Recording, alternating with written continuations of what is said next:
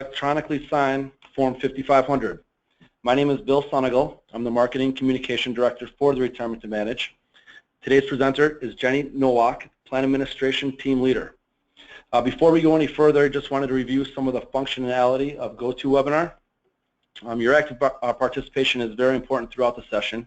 Right now I have everyone on mute just to avoid background noises that may distract you from listening to the webinar. You do, however, have the ability to submit questions using the chat or questions pane located near the bottom of the control panel on the right-hand side of your screen. You can enter the questions and comments in either of the boxes throughout the presentation. Your questions will be answered at the end of the webinar during the Q&A session. I would now like to hand the mic off to Jenny. Thanks, Bill. Hello, everyone. Like Bill said, we're going to go through the steps on how to electronically sign and file your Form 5500, and then we'll go through a live demo of actually signing one. Just a quick overview. Given the importance of the Form 5500 information and its data, it's critical that the Department of Labor, the IRS, and the PBGC establish an annual reporting process that provides accurate and timely information on the Form 5500 and in the most cost-effective manner possible. The system that they use is called the EFAST 2 system, and it's expected to receive over 1 million filings each year. This allows plan filers to easily upload the Form 5500 information and the data. And in addition to it being cost-effective, the system generally provides access to the reports within 1 day of the receipt. The first step in signing your Form 5500 would be to access your EFAST credentials. This is something that you signed up with the Department of Labor and they assigned to you. The username or user ID is letter A followed by 7 digits, and the PIN is a 4-digit PIN. These items are needed later on in the process when signing the Form 5500. If you've lost or forgotten your EFAST credentials, you can visit the efast.dol.gov website and select Login on the right-hand side, and it will allow you to log into their website and get the user ID. You'll select Forgot User ID to collect that, and then once you are in the EFAST website, it will show you your 4-digit PIN. Again, you won't need this right away, but you will need this in order to sign the Form 5500. The second step of the process is to access the email that you have received or will receive from TRA, and it should come from your Client Relationship Manager here. There's a link within that email, and when you click that link, it will bring you directly to the 5500 portal. If you don't have that email, you can also enter www.tra401k.com/5500, and that'll bring you to the same spot. Once you are at the TRA 5500 filing portal, it will ask you to enter the login name and password. This will be in the email that you've received from TRA. If the password is not in the email, that means that you've already logged in prior and you've reset your password. If you are unable to locate your password, you can click the Forgot Password link at the bottom of the page. This will ask you your security questions that you set up the first time, and then it will email you the temporary password. Sometimes this email goes to like a spam or a different folder, so just beware of that. If you still are having troubles accessing that password, please give us a call, and your Client Relationship Manager will be able to help you with that. If this is the first time that you are logging into the 5500 portal, you'll be asked to select your challenge questions. Again, this would be asked for, this is for later, if you do forget your password, the system will ask you these. Once you enter the questions and the answers, you'll click Save Changes, and then it will bring you to this screen. If this is not your first time entering the portal, you'll go right to this screen. You won't have to answer those security questions again. And once you're here, you'll click on e-sign 5500. This page also has the link to obtain your EFAST credentials that we were talking about earlier. The next step is to click the button labeled Print 5500. The DOL requires that the plan sponsors maintain a hard copy of the 5500, and it should also, once you print this out, you should also sign it and keep a copy in your files. This is just in case you are ever audited. The auditor may ask for an actual physical copy. Once you click the print button, it will bring up another screen with your actual Form 5500. TRA does have internal controls to be sure that the accuracy of your Form 5500 is in place, but make sure to look it over before proceeding. You'll actually have to physically print out the Form 5500 again. The system knows if you do print it out or if you don't, so it won't let you proceed until you actually physically print the 5500. After you have printed it, you can return back to the internet browser in which you have access to TRA's 5500 portal and then continue with the steps from the web page. You'll enter in your EFAST credentials in the appropriate fields. Then you will click the button labeled Sign 5500. Within a few moments, the web page will refresh and indicate that the 5500 status was changed or has changed from submitted and then to accepted. Once you see that accepted status, that means everything is all set. If you find that your 5500 status changed to not accepted, please contact us. We also can see that it turns to not accepted, so if you don't contact us right away, we will be in touch within a few days, because like I said, we can see the status on our end too, and then we'll help you through it that way.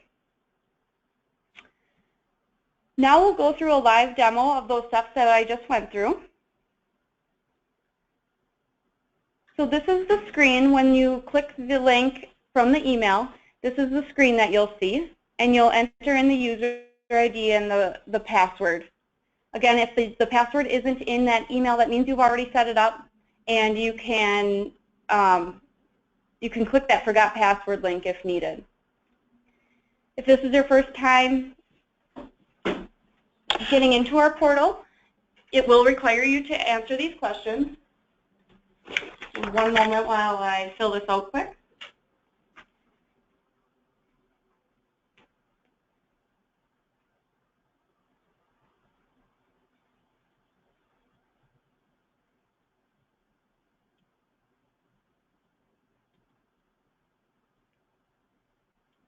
And you'll click Save Changes.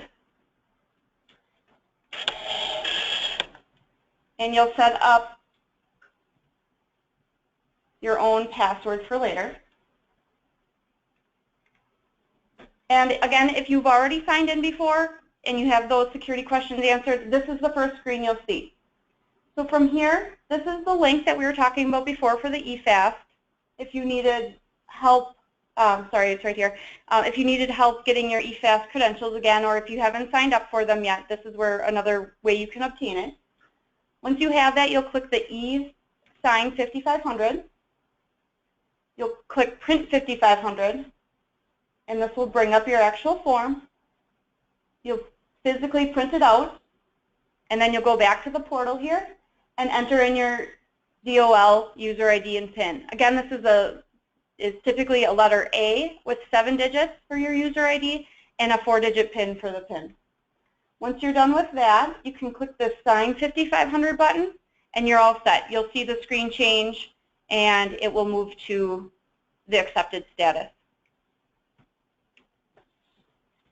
So that is the steps in order to sign your Form 5500. The steps are pretty straightforward, but again, if you do need any help along the way, please give us a call and we can definitely walk you through and assist you through those steps. Thank you, Jenny. We now like to invite you to ask some questions and chat with us, and I already see a couple questions came in. First question is, will you be sending everyone a copy of today's slides? Yes, we will.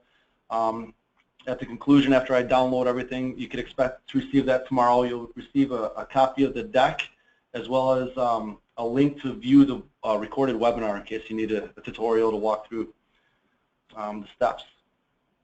Next question, when will we receive the email from TRA for reviewing, signing the 5500 form? If you haven't received it already, you should be receiving it here in the next few weeks. We are currently preparing them and sending out those emails.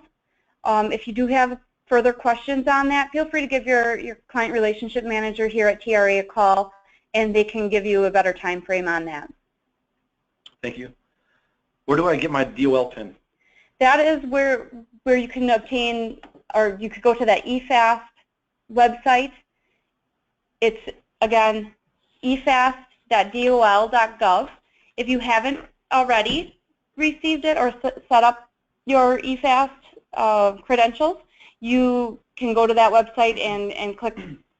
It's a small process to get that set up, and they'll assign those to you. If you've already had them and you lost them again, you can also go to that website. But again, let us know if you have any troubles getting that, and we can try to assist you there. Thank you. What is the deadline for filing the 5500? It is due 7 months after the plan year end date. So typically plans are on a 12/31 basis. So that means it's due July 31st. This year, July 31st lands on a Sunday, so it's actually due August 1st. Thank you. Do I need to file two 5500s if I had two TPAs this year? Nope. That typically means that you are new to us and you were at an old TPA last year maybe, and then you came over to us. Your EFAST credentials that you used last year in order to sign your 5500 at your old TPA is still valid. So you'll still use that, but TRA will prepare your Form 5500 and you'll sign it through us. Thank you. Here's another question.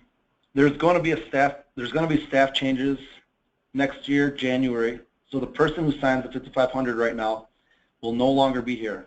Do we need to deactivate the current EFAST number and get a new one for the next person who will sign the 5500? You don't have to deactivate anything. That EFAST credentials actually goes with the person. So say they go to a different company, they could still use that there. It's all under their name. But yes, the new person that you have coming on board will need to set up their EFAST credentials themselves. Again, it's tied to the actual person, not your company or anything like that. So if they want to go ahead and set that up in January right away, that's great. Just let us know when that change takes place so that we can update our systems and get the correct signer on the 5500 for next year. Thank you. At this point, there are no other questions. I'll wait a couple minutes to see if any trickle through.